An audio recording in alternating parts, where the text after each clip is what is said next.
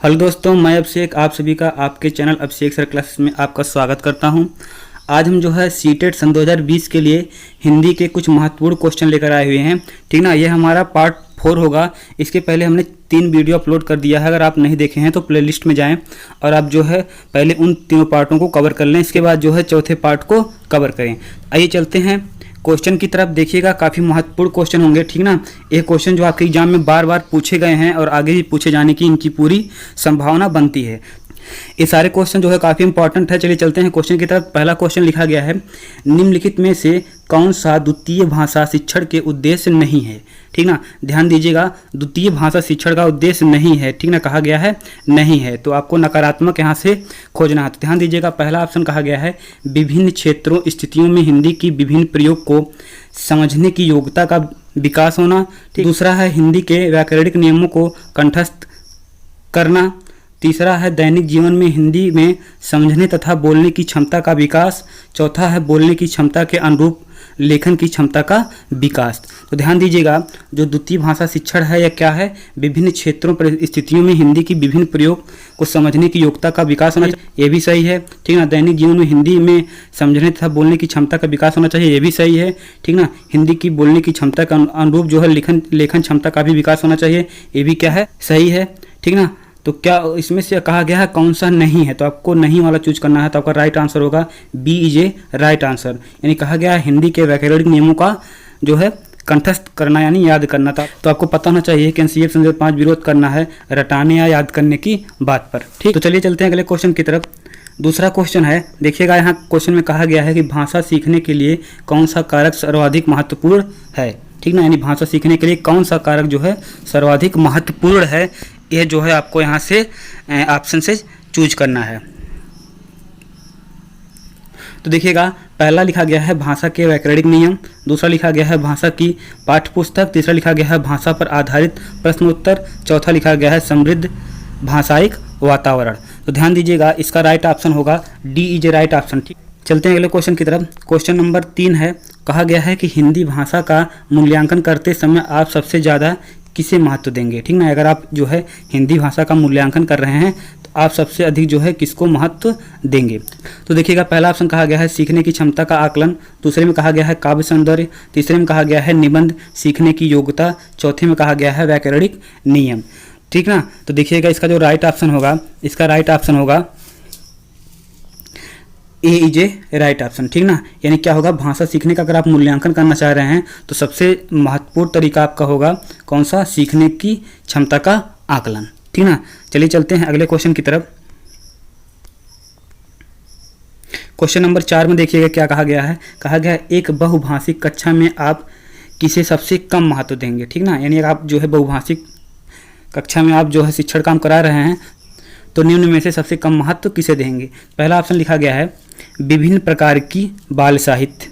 ठीक, दूसरे में कहा गया है कक्षा में विभिन्न प्रकार की सामग्री, तीसरे में कहा गया है कक्षा के बहुभाषा और बहुसांस्कृतिक संदर्भ के प्रति संवेदनशीलता, चौथे में कहा गया है बच्चों को सीखने की 2 भाषाओं के मध्य विद्यमान समानता और अंतर का विश्लेषण कैसे किया जाता है। तो ध्यान दीजिएगा, चौथे का आपका राइट आंसर होगा D is a right option. ठीक ना, D is a right option. यानी क्या है, आप जो है बहुभाषा कक्षा में अगर आप शिक्षण काम करा रहे हैं तो आप जो है विभिन्न प्रकार के बाल साहित्य पर जो है महत्व दे सकते हैं। ठीक, कक्षा में विभिन्न प्रकार की सामग्री पर दे सकते हैं, कक्षा में बहुभाषिक और बहुसांस्कृतिक संदर्भों के प्रति जो है संवेदनशीलता, लेकिन इसमें जो है आप बहुत कम जो है महत्व दे सकते हैं। यानी बच्चों को सीखने की 2 जो भाषाएं अगर कोई है 2 भाषा, उसके अंदर विद्यमान समानता और अंतर का जो है विश्लेषण कैसे किया जाता है, इस पर आप जो है कम महत्व देंगे। ठीक, चलते हैं अगले क्वेश्चन की तरफ। क्वेश्चन नंबर 5वां है, कहा गया है भाषा की पाठ्यपुस्तक का निर्माण करते समय सबसे कम महत्वपूर्ण बिंदु कौन सा है। ठीक ना, इसमें भी कहा गया है सबसे कम महत्वपूर्ण बिंदु कौन सा है। तो पहला ऑप्शन है अभ्यास में वैविध्य, दूसरा है पाठकों की संख्या, विषय वस्तु में वैविध्य, और चौथा है भाषा की विभिन्न छाटियाँ। तो देखिएगा, इसका जो राइट आंसर होगा बी जे राइट आंसर, यानी पाठकों की संख्या पर आप कोई महत्व नहीं देंगे। ठीक ना, अगर आप जो है भाषा की पाठ्यपुस्तक का निर्माण कर रहे हैं तो आप इसका ध्यान देंगे। ठीक ना, इसका ध्यान देंगे और इसका ध्यान देंगे, लेकिन जो है पाठकों की संख्या का ध्यान नहीं देंगे। ठीक, या फिर जो है बहुत कम ध्यान देंगे। चलिए चलते हैं अगले क्वेश्चन की तरफ। क्वेश्चन नंबर 6 में कहा गया है एक भाषा शिक्षण के लिए सर्वाधिक महत्वपूर्ण है। ठीक ना। देखिएगा पहला कहा गया है भाषा का आकलन, दूसरा कहा गया है बच्चों को भाषा प्रयोग के अवसर उपलब्ध कराना, तीसरे में कहा गया है बच्चों की त्रुटियों के प्रति कठोर रवैया अपनाना, चौथा कहा गया है भाषा की पाठ्य पुस्तक। तो देखिएगा इसका जो राइट ऑप्शन होगा BEJ राइट ऑप्शन, ठीक ना। यानी क्या है कि अगर आप जो है एक भाषा शिक्षण के रूप में सर्वाधिक जो है कोई काम करवा रहे हैं तो सबसे अधिक जो महत्व देंगे बच्चों को भाषा का प्रयोग करने का, उनको अधिक से अधिक जो है अवसर उपलब्ध कराएंगे। इससे क्या होगा कि उनकी जो है भाषा संबंधित उनकी जो पकड़ है वो मजबूत होगी और उनमें जो है भाषा गतिविधियों का विकास होगा। ठीक, चलिए चलते हैं अगले क्वेश्चन की तरफ। क्वेश्चन नंबर 7 में कहा गया है कि एक कक्षा में एक शिक्षक बच्चों से क्या अपेक्षा करता है। पहले ऑप्शन में कहा गया है संस्कृत निष्ठ भाषा में ही जवाब दे, दूसरे में कहा गया है कि बच्चे अपनी मातृभाषा का बिल्कुल भी प्रयोग ना करें। ठीक, तीसरा ऑप्शन कहा गया है बच्चे सवाल के बधे बधाए जवाब ना दें, और चौथे में कहा गया है बच्चे सवालों के बधे बधाए जवाब दें। ठीक ना, यहाँ होगा कि जवाब दें। ठीक ना, अब देखिएगा इसका राइट ऑप्शन जो होगा वह जो है यह अपेक्षा कभी नहीं करेगा एक शिक्षक कि उसके बच्चे जो हैं कुछ जो प्रश्न पूछा जाए उसके बधे बधाए जवाब दें। ठीक ना, यह जो है कभी भी कोई शिक्षक जो है नहीं चाहेगा। वह चाहेगा कि बच्चे जो है अपने स्वयं मौलिक अभिव्यक्तियों के द्वारा उस क्वेश्चन का जवाब दें। ठीक ना, इसका राइट ऑप्शन होगा CJ राइट ऑप्शन। चलिए चलते हैं अगले क्वेश्चन की तरफ।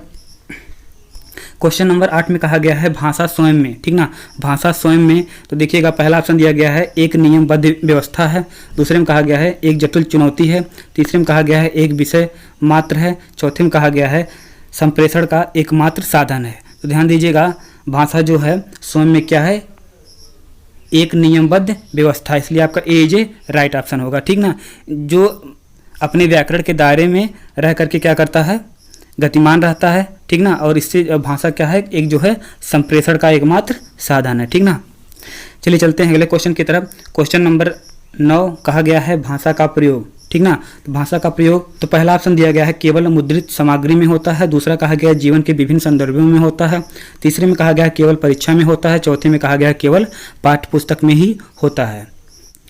तो देखिएगा इसका राइट ऑप्शन होगा BEJ राइट ऑप्शन। ठीक ना, BEJ राइट ऑप्शन। देखिएगा केवल मुद्रित सामग्री में होता है। अब देख पा रहे हैं जैसे ही केवल शब्द आपको लगा मिल जाए, ठीक ना, वह जो है तुरंत ऑप्शन क्या होता है आपका गलत होता है जब भी क्वेश्चन पॉजिटिव पूछा गया होता है तो। ठीक ना, इसलिए आपके तीनों जो केवल दिख रहा है आपके कट गए, इसलिए आपका BEJ राइट ऑप्शन। यानी भाषा का प्रयोग जो क्या होता है जीवन के विभिन्न संदर्भों में किया जाता है। अगर आप जो है भाषा का प्रयोग ना करें तो आपके जीवन में आपको काफ़ी कठिनाइयाँ महसूस होंगी। चलिए चलते हैं अगले क्वेश्चन की तरफ। क्वेश्चन नंबर 10वें में कहा गया है कि बच्चे अपने परिवेश में स्वयं भाषा अर्जित करते हैं। इसका एक निहितार्थ यह भी है कि पहला ऑप्शन कहा गया है कि बच्चों को केवल लक्ष्य भाषा का ही प्रवेश उपलब्ध कराया जाए, दूसरे में कहा गया है कि बच्चे के अत्यंत सरल भाषा का प्रयोग उपलब्ध कराया जाए। ठीक ना, तीसरे में कहा गया है बच्चों को बिल्कुल भी भाषा ना पढ़ाई जाए, चौथे में कहा गया है बच्चों को समृद्ध भाषा प्रवेश उपलब्ध कराया जाए। ठीक ना, तो ध्यान दीजिएगा इसका राइट ऑप्शन होगा DEJ राइट ऑप्शन। ठीक ना, यानी जब भी बच्चे जो है प्रवेश में स्वयं भाषा अर्जित करना चाह रहे हैं तो इसका निहितार्थ होना चाहिए कि बच्चों को समृद्ध भाषा का प्रयोग उपलब्ध प्रवेश यानी उपलब्ध कराया जाए। ठीक ना, इसलिए इसका DEJ राइट ऑप्शन।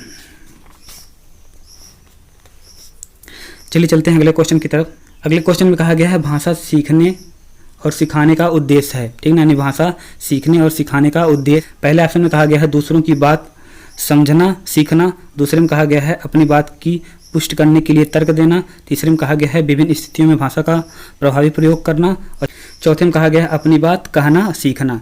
ठीक ना, अब देखिएगा दूसरों की बात जो है समझना और सीखना, यह भी जो है भाषा सीखने और सिखाने का उद्देश्य हो सकता है। ठीक ना, अपनी बात की पुष्टि करने के लिए तर्क देना, यह भी सही हो सकता है। ठीक ना, और अपनी बात कह सकना, यह भी जो है सही हो सकता है। लेकिन सीटेट के हिसाब से सबसे जो है सटीक आंसर होगा CJ राइट ऑप्शन। यानी क्या होगा, विभिन्न स्थितियों में भाषा का प्रभावी प्रयोग करना ही भाषा सीखने और सिखाने का उद्देश्य है। ठीक, इसलिए चलते हैं अगले क्वेश्चन की तरफ। अगले क्वेश्चन यानी 12वें क्वेश्चन में कहा गया है कि भाषा अर्जन में महत्वपूर्ण है। ठीक ना, भाषा अर्जन में महत्वपूर्ण है। तो देखिएगा पहला ऑप्शन दिया गया है भाषा का शिक्षक, दूसरा कहा गया है भाषा में विभिन्न रूपों का प्रयोग, तीसरे में कहा गया है भाषा का व्याकरण, चौथे में कहा गया है पाठ्य पुस्तक। तो देखिएगा इसका राइट ऑप्शन होगा B is a right option. यानी भाषा अर्जन में जो महत्वपूर्ण होता है क्या होता है, भाषा का विभिन्न रूपों में प्रयोग करना। ठीक, तो चलिए चलते हैं अगले क्वेश्चन की तरफ। 13वें क्वेश्चन में कहा गया है कि बच्चों की भाषा संबंधित क्रमिक प्रगति का लेखा जोखा करना संभव है। ठीक है, यानी बच्चों की जो है आप भाषा संबंधित कोई भी क्रमिक जो है प्रगति करना चाह रहे हैं, इसका लेखा जोखा करना चाह रहे हैं, तो देखिएगा किससे कर सकते हैं, मौखिक परीक्षा के द्वारा, पोर्टफोलियो के द्वारा, उत्तर पुस्तिकाओं के द्वारा और लिखित परीक्षा के द्वारा। देखिएगा इसका जो राइट ऑप्शन होगा B is a right option. यानी इसका अगर लेखा जोखा आप करना चाह रहे हैं तो पोर्टफोलियो द्वारा लेखा जोखा संभव हो सकता है। ठीक, इसलिए इसका जो है B is a right option. तो चलिए चलते हैं अगले क्वेश्चन की तरफ। क्वेश्चन नंबर 14 में कहा गया है भाषा की पाठ्य पुस्तकें। ठीक ना, भाषा की पाठ्य पुस्तकें कैसी होती हैं, साध्य हैं, भाषा सीखने का एकमात्र संसाधन है। तीसरा कहा गया अभ्यास परक ही होनी चाहिए। चौथा कहा गया है कि साधन है। ध्यान दीजिएगा, भाषा की जो पाठ्य पुस्तकें होती हैं ये क्या होती हैं, साधन है। ठीक ना, क्या है, साधन है। चलते हैं अगले क्वेश्चन की तरफ। क्वेश्चन नंबर 15 होगा जो आपका आज का लास्ट क्वेश्चन होगा। कहा गया है पत्र पत्रिकाएं भाषा सीखने में। ठीक ना, जो पत्र पत्रिकाएं होती हैं भाषा सीखने में क्या होती हैं, बाधक होती हैं या फिर कृतियों को बढ़ावा देती हैं या फिर बड़ों के लिए ही पढ़ने की वस्तु सिर्फ होती हैं, ठीक, या फिर साधक हैं। तो ध्यान दीजिएगा, जो पत्र पत्रिकाएं होती हैं ये भाषा सीखने में क्या होती हैं, एक साधक होती हैं। ठीक ना, तो आज के लिए इतना ही। आपको वीडियो कैसी लगी कमेंट बॉक्स में कमेंट करके जरूर बताएं। ठीक ना, और अगर आप हमारे चैनल पर पहली बार हैं तो चैनल को सब्सक्राइब करें, अपने दोस्तों के साथ शेयर करें।